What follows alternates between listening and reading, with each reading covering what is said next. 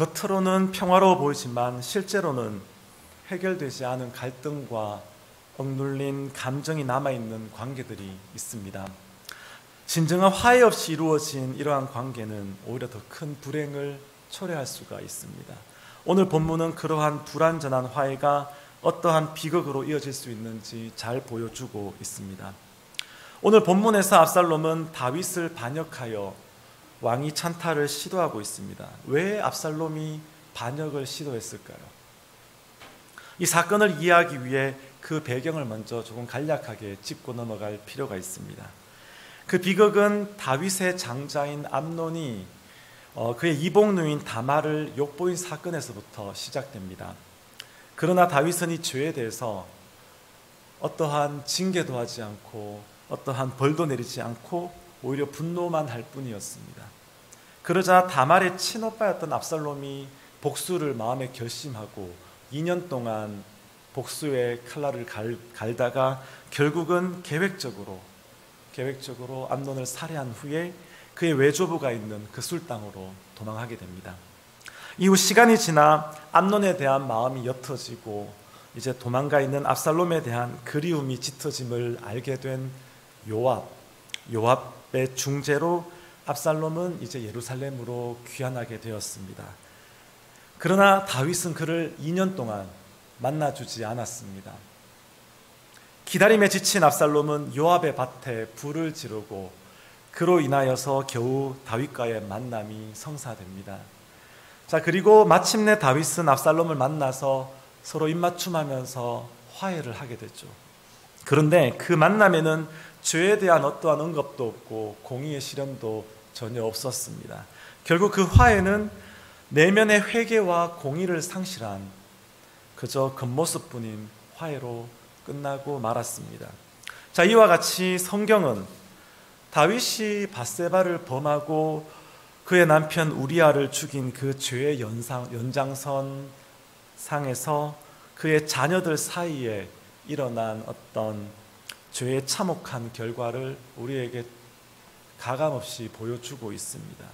결국 다윗은 압살롬의 죄를 정죄하지 못하였고 압살롬 역시 자신의 죄를 자각하지 않은 채 오히려 아버지에 대한 적대감을 반역으로 표출해내고 말았습니다.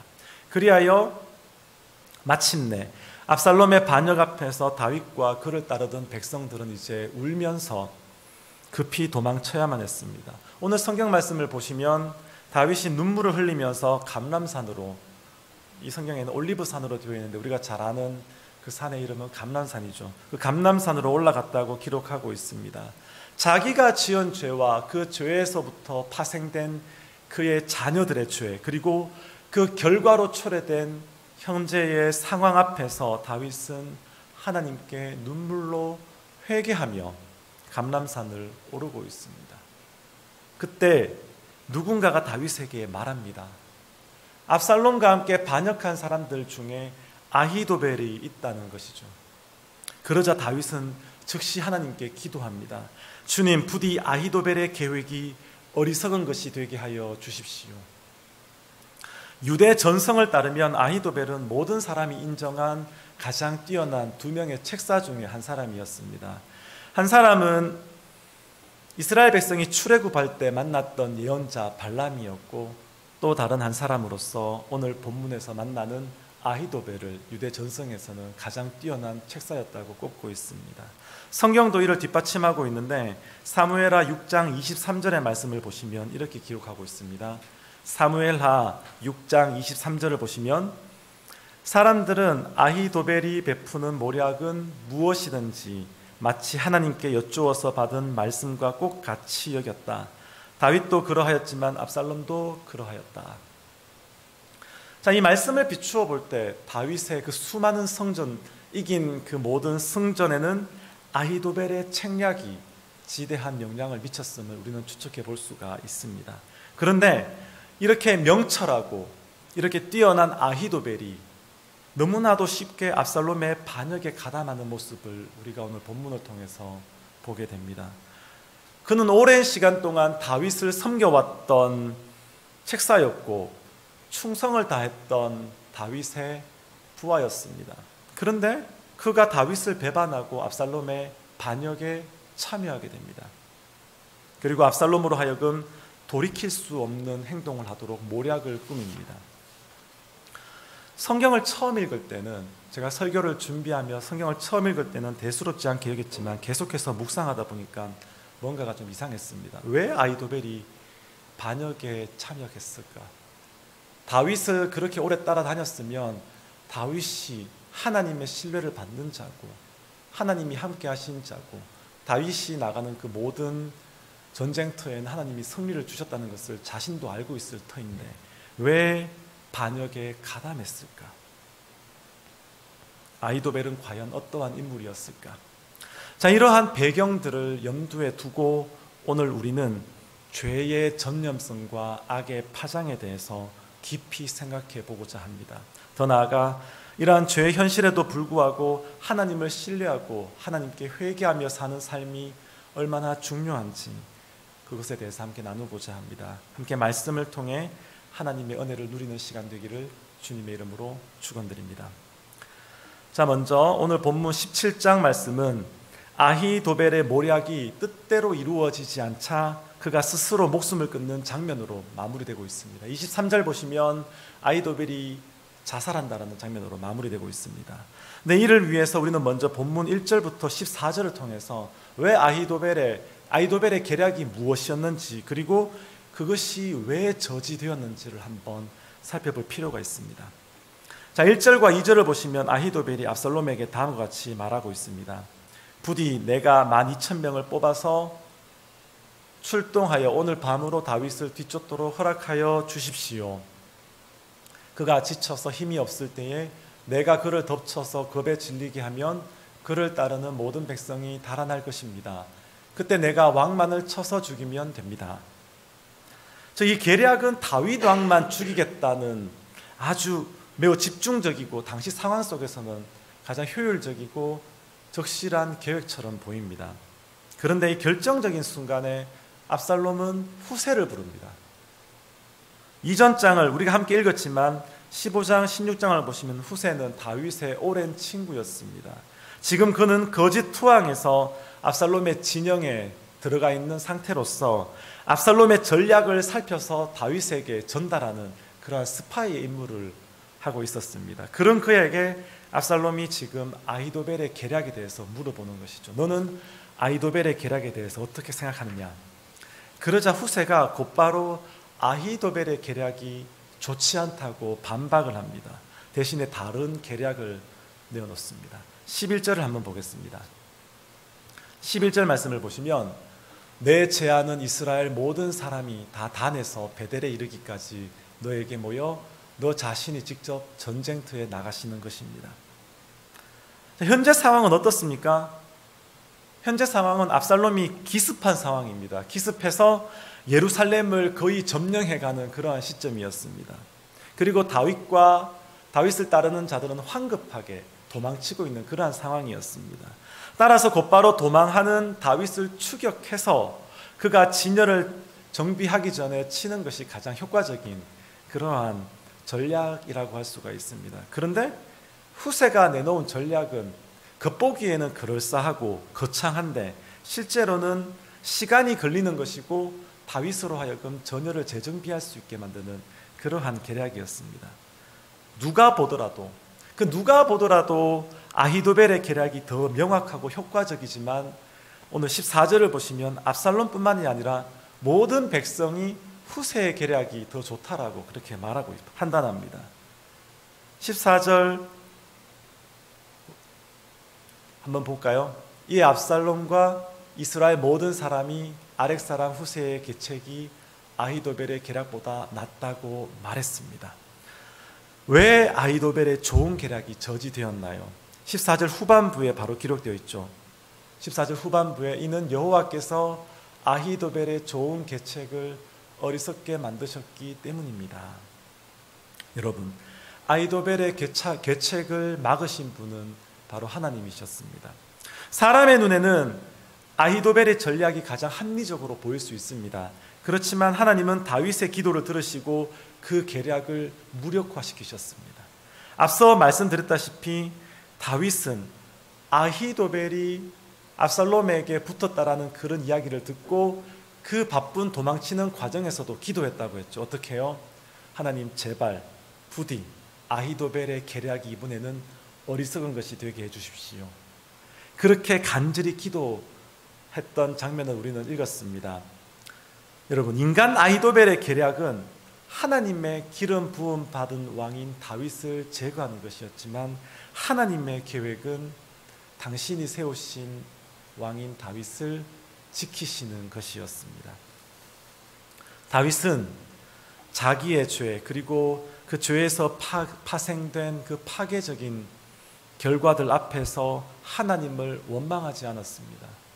오히려 그는 눈물로 회개하며 피난길에 올랐고 하나님은 그러한 다윗을 기억해 주셨습니다. 사무엘하 15장 25절 26절을 보시면 다윗의 이러한 자세가 분명하게 기록되어 있습니다. 여호와의 궤를 가지고 나온 제사장들에게 다윗이 이렇게 말하고 있습니다. 사무엘하 15장 25절에서 26절입니다. 하나님의 궤를 다시 도성 안으로 옮기시오. 내가 주님께 은혜를 입으면 주님께서 나를 다시 돌려보내 주셔서 이 궤와 이 궤가 있는 곳을 다시 보게 하실 것이요. 그러나 주님께서 나를 싫다고 하시면 오직 주님께서 바라시는 대로 나에게서 이루시기를 빌 수밖에 없소. 지금 생명의 위협이 눈앞에 있는데도 다윗은 하나님의 처분을 온전히 기다리고 있습니다. 그는 자신의 운명을 하나님의 뜻에 맡기고 하나님의 인도하심을 온전히 구하고 있습니다. 반면 압살롬은 어떠합니까? 그는 아히도벨의 엄난하고 사악한 계략, 즉 다윗의 후궁을 취하라는 그러한 정말 사악한 그 제안에 대해서 아무런 망설임 없이, 아무런 주저함 없이 그대로 따릅니다. 여러분, 이 모습은 다윗과 압살롬의 태도, 즉 하나님의 뜻을 따르는 자와 인간의 꾀를 따르는 자, 그리고 하나님을 두려워하는 자와 하나님을 두려워하지 않는 자의 차이를 극명하게 우리에게 보여주고 있습니다. 사랑하는 성도 여러분, 우리가 이 세상을 살아가면서 마주하는 많은 순간들 가운데 세상의 이치와 세상의 방법이 합리적이고 효과적으로 보일 때가 참 많이 있습니다. 그렇지만 하나님께서는 여전히 하나님의 백성들이 하나님의 뜻을 따르기를 원하십니다. 다윗처럼 하나님의 신실하심을 믿고 앞서 행하시는 하나님을 기다리며 결국 하나님의 인정을 받는 것, 그것이 바로 하나님께서 기뻐하시는 것이고 그러한 삶을 살아가는 자에게 하나님이 함께해 주실 줄을 믿습니다. 자, 이제 다시 처음에 가졌던 질문으로 한번 돌아가 보도록 하겠습니다. 왜 아히도벨은 다윗을 배신했을까요? 왜 그토록 자신이 신뢰했던 주군, 자신의 지혜를 높이 평가하던 왕을 그토록 쉽게 배반하고 만 것일까요? 성경은 이에 대해서 명시적으로 구체적으로 우리에게 말하고 있지 않지만 성경의 몇 구절을 함께 살펴보면 아히도벨의 가정사를, 가계도를 우리에게 간접적으로 보여줍니다. 그리고 그 속에서 우리는 그의 반역에 대한 중요한 실마리를 찾을 수가 있습니다. 먼저 사무엘하 11장 3절 말씀을 보도록 하겠습니다. 사무엘하 11장 3절입니다. 다윗은 신하를 보내어 그 여인이 누구인지 알아보게 하였다. 다녀온 신하가 그 여인은 엘리암의 딸로서 햇사람 우리아의 아내 밧세바라고 하였다. 자, 사무엘하 11장 3절을 보시면 다윗이 이제 밧세바를 취할 때에 사람을 보내어서 이제 누군지 알아보았는데 그 여인이 엘리암의 딸이라고 기록하고 있습니다. 밧세바는 엘리암의 딸입니다. 자, 그리고 사무엘하 23장 34절을 보도록 하겠습니다.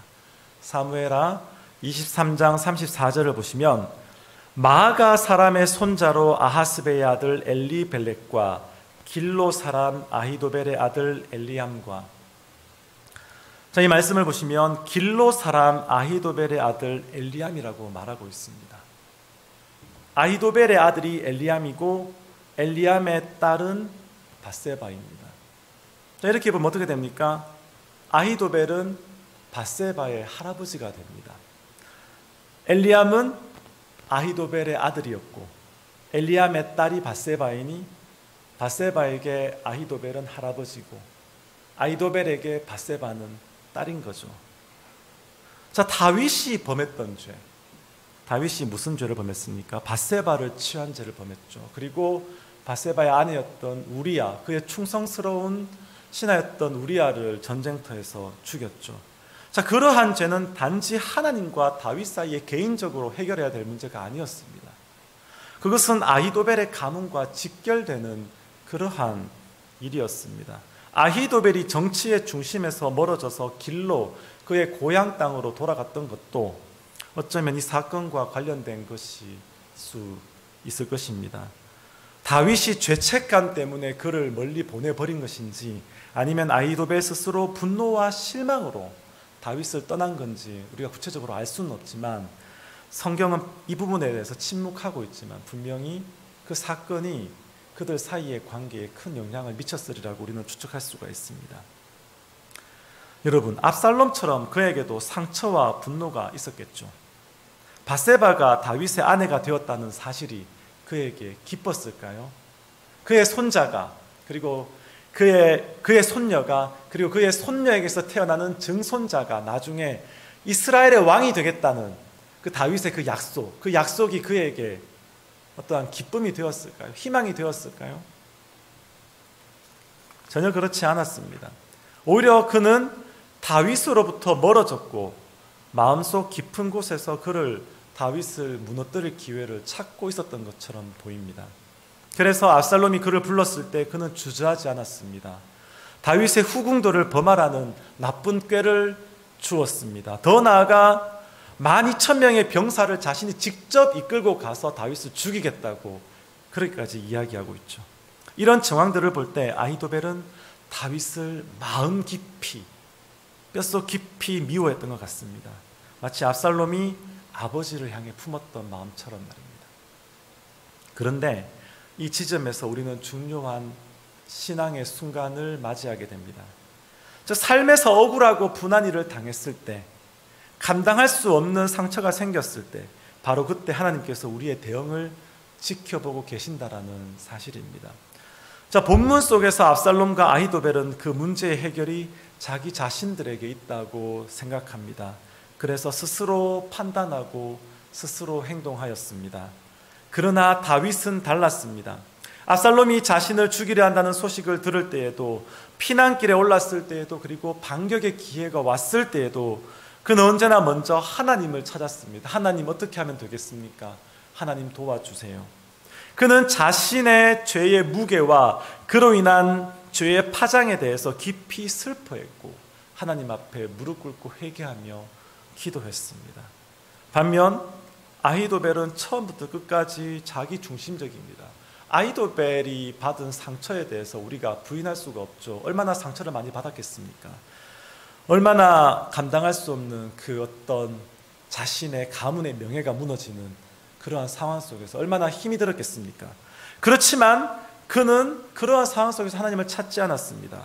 그는 끝까지 자기 중심적이었고 그의 계략이 채택되지 않자 그는 그것이 실패할 것을 알고 고향의 집으로 내려가서 짐을 정리한 채 스스로 목숨을 끊어버리고 말았습니다. 성경 어디에도 그가 하나님께 나갔다라는 그러한 기록이 없습니다. 그는 단 한 번도 하나님께 묻지 않았고 그는 단 한 번도 하나님께 엎드리지 않았습니다.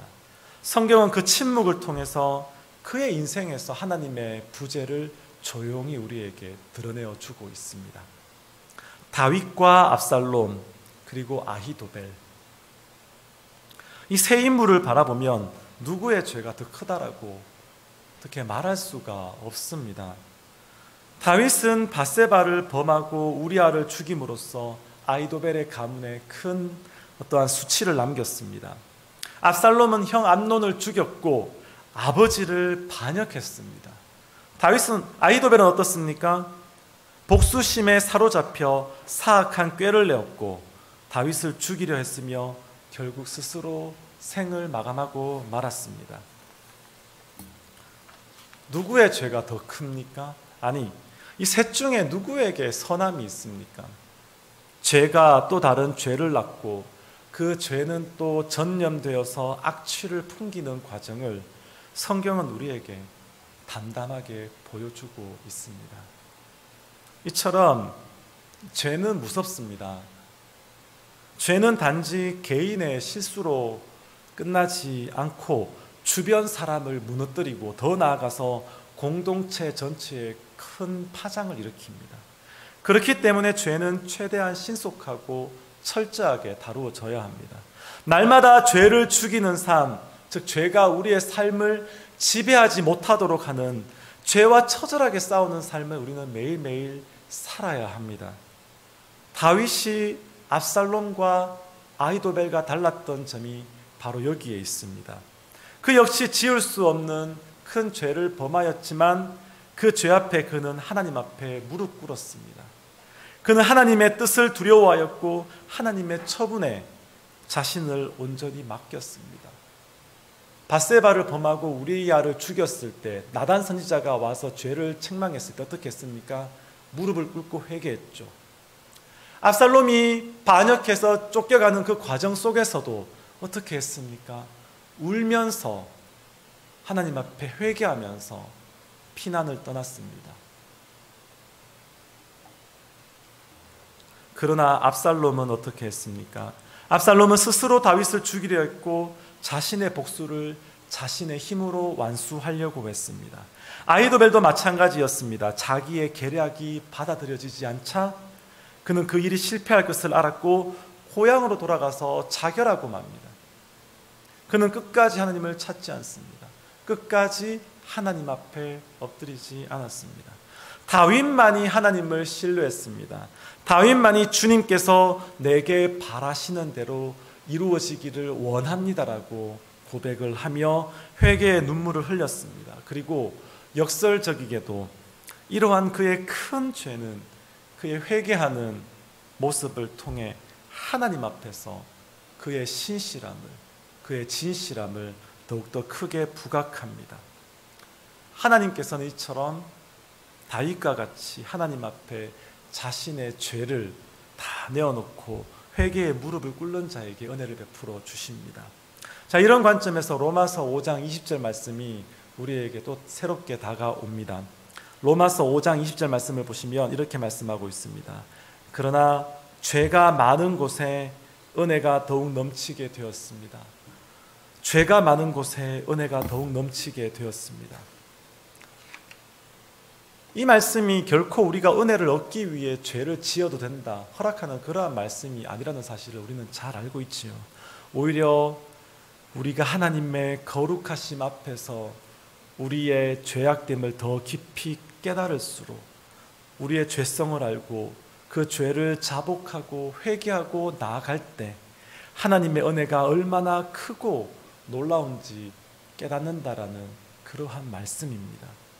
단지 머리로만 죄를 이해하는 것이 아니라 내 삶 깊은 곳에서 내 존재 전체가 얼마나 죄악된 존재인지 자각할 때, 그럼에도 불구하고 그러한 나를 하나님이 사랑하신다라는 사실을 깨닫고 기억할 때, 그때 비로소 우리는 측량할 수 없는 하나님의 은혜에 대해서 감사하고 찬양하고, 따라서 그 은혜 앞에서 죄를 미워하고 죄를 멀리할 수 있게 되는 것입니다.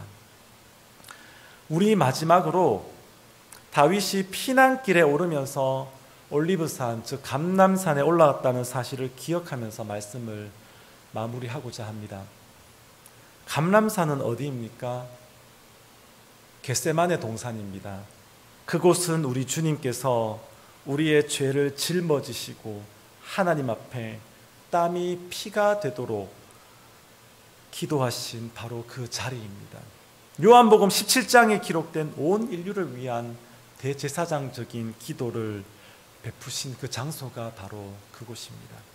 다윗은 자신이 지은 죄로 인해 피난길에 올라 감람산을 오릅니다. 자신의 죄와 그로 인해 파생된 고통의 결과들을 하나님 앞에 내어놓으며 울며 자복하며 회개하며 그 길을 올랐습니다. 그러나 우리 주님께서는 자기의 죄가 아니라 죄 없으신 그 예수님께서는 자신의 죄가 아니라 저와 여러분의 죄를 위해, 온 인류의 죄를 짊어지기 위해 그 겟세마네 동산에 오르셨습니다. 우리를 위한 기도였고, 우리가 은혜 받고 우리가 살 수 있는 그 유일한 길을 열어주시기 위해 오르신 바로 그곳이 바로 감람산이셨습니다. 이제 말씀을 맺도록 하겠습니다. 오늘 우리는 본문을 통해서 아히도벨의 행적과 그의 삶의 최후를 살펴보며 죄가 얼마나 무섭고 파괴적인 것인지, 그리고 그 죄가 개인을 넘어 공동체에까지 얼마나 깊은 상처와 파장을 남길 수 있는지에 대해서 생각해 보았습니다. 그러나 그와 동시에 그토록 무겁고 깊은 죄의 현실 앞에서도 우리 주 예수 그리스도의 은혜, 자신을 죽음에 내어주심으로 하나님의 공의를 만족시켜 주셨던 우리 주님의 은혜가 더 크고 더 깊다라는 사실을 우리가 함께 붙들었습니다. 한 주를 새로 시작하시면서 여러분, 우리 안에 여전히 자리 잡고 있는 죄성을 깊이 돌아보되 그 모든 죄를 덮고도 남는 우리 주님의 은혜와 사랑을 다시 한 번 더 마음에 새겨보는 시간이 되시기를 우리 주님의 이름으로 축원드립니다. 기도하겠습니다.